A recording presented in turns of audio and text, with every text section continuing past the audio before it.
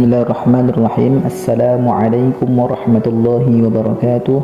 Alhamdulillahil fattahil mannan. Ashhadu an la ilaha illallah wahdahu la syarika lah. Wa ashhadu anna sayyidina Muhammadan abduhu wa rasuluhu. Allahumma salli ala sayyidina Muhammadin wa ala alihi sayyidina Muhammad.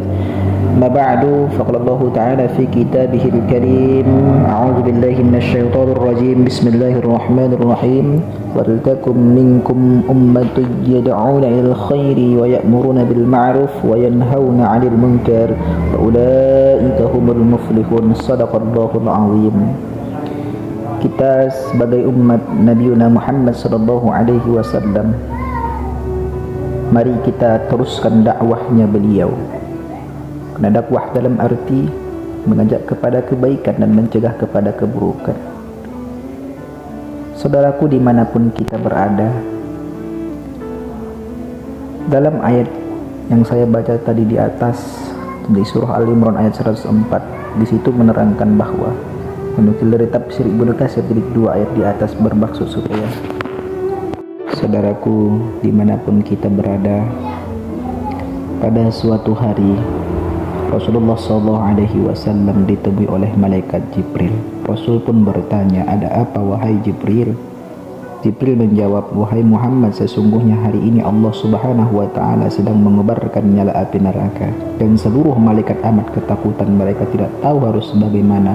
Untung aku ingat," kata Jibril, "bahwa engkau Muhammad adalah sumber cinta dan sayang Allah Subhanahu wa taala kepada alam semesta. Dan alasan itu aku kesini bertabarruk mengambil berkah dengan cinta Allah Subhanahu wa taala kepadamu ya Rasulullah ya Muhammad." Rasulullah SAW terdiam beberapa saat kemudian bertanya lagi, "Wahai Jibril, ceritakan kepadaku bagaimana neraka itu sesungguhnya." Jibril menjawab, "Wahai Muhammad, neraka itu bagaikan lubang-lubang yang terdiri dari 7 tingkat. Jarak antara satu lubang dengan lubang yang lain ialah perjalanan 70 tahun. Lubang yang paling bawah ialah lubang yang paling panas." Nabi Muhammad SAW meneruskan pertanyaannya, "Lalu siapakah penghuni lubang-lubang wahai itu Jibril?" "Sampaikan kepadaku wahai Jibril." Jibril pun menjawab, "Lubang yang paling bawah yang diciptakan untuk orang-orang yang munafik, lubang yang berikutnya untuk menyembah yang berhala, lalu untuk menyembah bulan dan matahari." Jibril terus menerangkan penghuni tingkat neraka hingga lubang yang kelima, tempat umat Yahudi, dan yang keenam dihuni oleh umat Nasrani. Setelah menjelaskan penghuni 6 tingkat neraka, Jibril diam cukup lama. Rasulullah SAW penasaran dan bertanya kepada Jibril, "Wahai Jibril, siapakah penghuni neraka itu yang ketujuh itu ya Jibril?" Jibril diam saja tidak mau menjawab. Rasulullah SAW mengulangi pertanyaannya, tapi Jibril tetap diam. Rasulullah tambah penasaran dan mendesak Jibril agar menjawab pertanyaan. Akhirnya Jibril pun berkata, "Umatmu wahai Muhammad, mereka itu para pelaku dosa besar di kalangan umatmu yang di mana sampai mereka mati belum sempat bertaubat." Pendengar jawaban Jibril, Rasulullah SAW langsung jatuh pingsan. Jibril merangkul dan meletakkan tubuh baginda di atas pangkuannya. Tak berapa lama Rasulullah SAW sadar, langsung menangis bersimpuh air mata dengan terisak-isak. Rasulullah SAW mempertegas pertanyaannya, "Apakah benar ada di antara umatku yang masuk neraka?" Jibril menjawab, "Benar wahai Muhammad, pelaku dosa besar di antara umatmu yang meninggal belum sempat bertaubat." Saudaraku dimanapun kita berada, setelah itu Rasulullah SAW menghadap kiblat dan sujud kepada Allah dalam isak tangis sesak. Dengan suara pelan beliau membisikkan kata-kata, "Ummati ya Rabb, ummati, ummati." Beliau selalu minta kepada Allah Subhanahu wa taala sampai mengangkat kepalanya dalam keadaan seperti itu selama 3 hari 3 malam, kecuali setiap Bilal dan Rabah memandangkan azan, barulah beliau bangkit untuk menjadi imam. Dan setelah itu kembali sujud lagi pada hari ketiga. Abu Bakar menyadari hal ini. Dia mengetuk pintu baginda Nabi Muhammad SAW lalu mengucapkan salam 3 kali, namun tidak terdengar jawaban. Abu Bakar As-Siddiq sedih dan berseru di hadapan pintu Nabi Muhammad SAW, "Apakah ada jalan masuk ke rumahmu ya Rasulullah?" Tetap tidak ada jawaban. Di jalan Abu Bakar bertemu dengan sahabat Umar. "Mengapa engkau menangis wahai Abu Bakar?" Kata Umar. Abu Bakar menceritakan keadaan Rasulullah SAW. Maka Umar pun melangkah menuju rumah Rasulullah SAW dan terjadilah hal yang sama. Umar pun pulang dan menangis di jalan. Umar bertemu sahabat Salman Al-Farisi. Dengan terisak Umar pun menceritakan kepada Salman hingga membuat dirinya amat sedih, namun tidak berani mengulangi hal yang sama.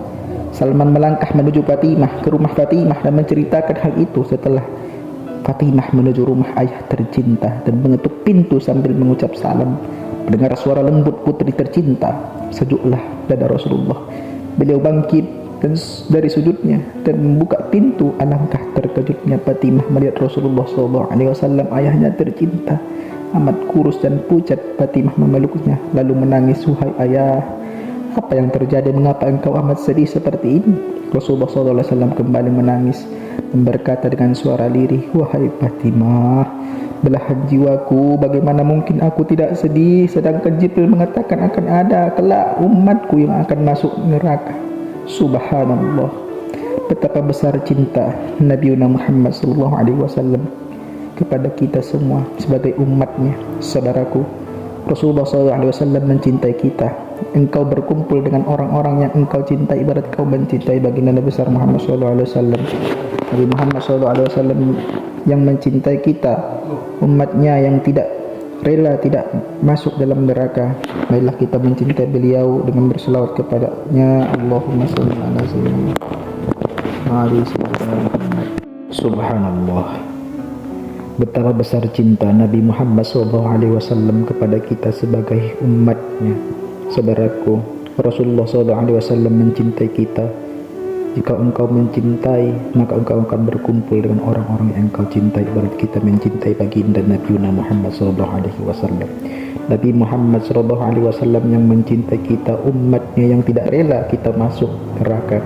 Mari kita mencintai beliau dengan berselawat kepadanya.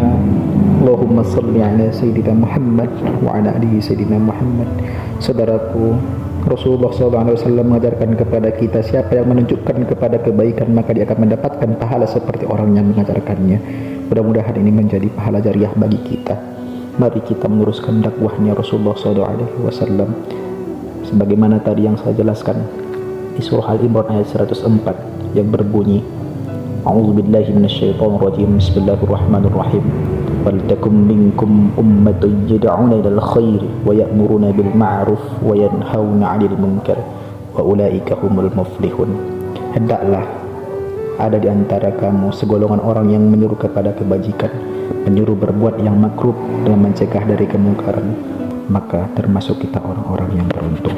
Mudah-mudahan ceramah singkat ini bisa bermanfaat bagi kita, bisa mendapatkan cinta kita kepada baginda Nabi Muhammad SAW. Amin amin ya rabbal alamin.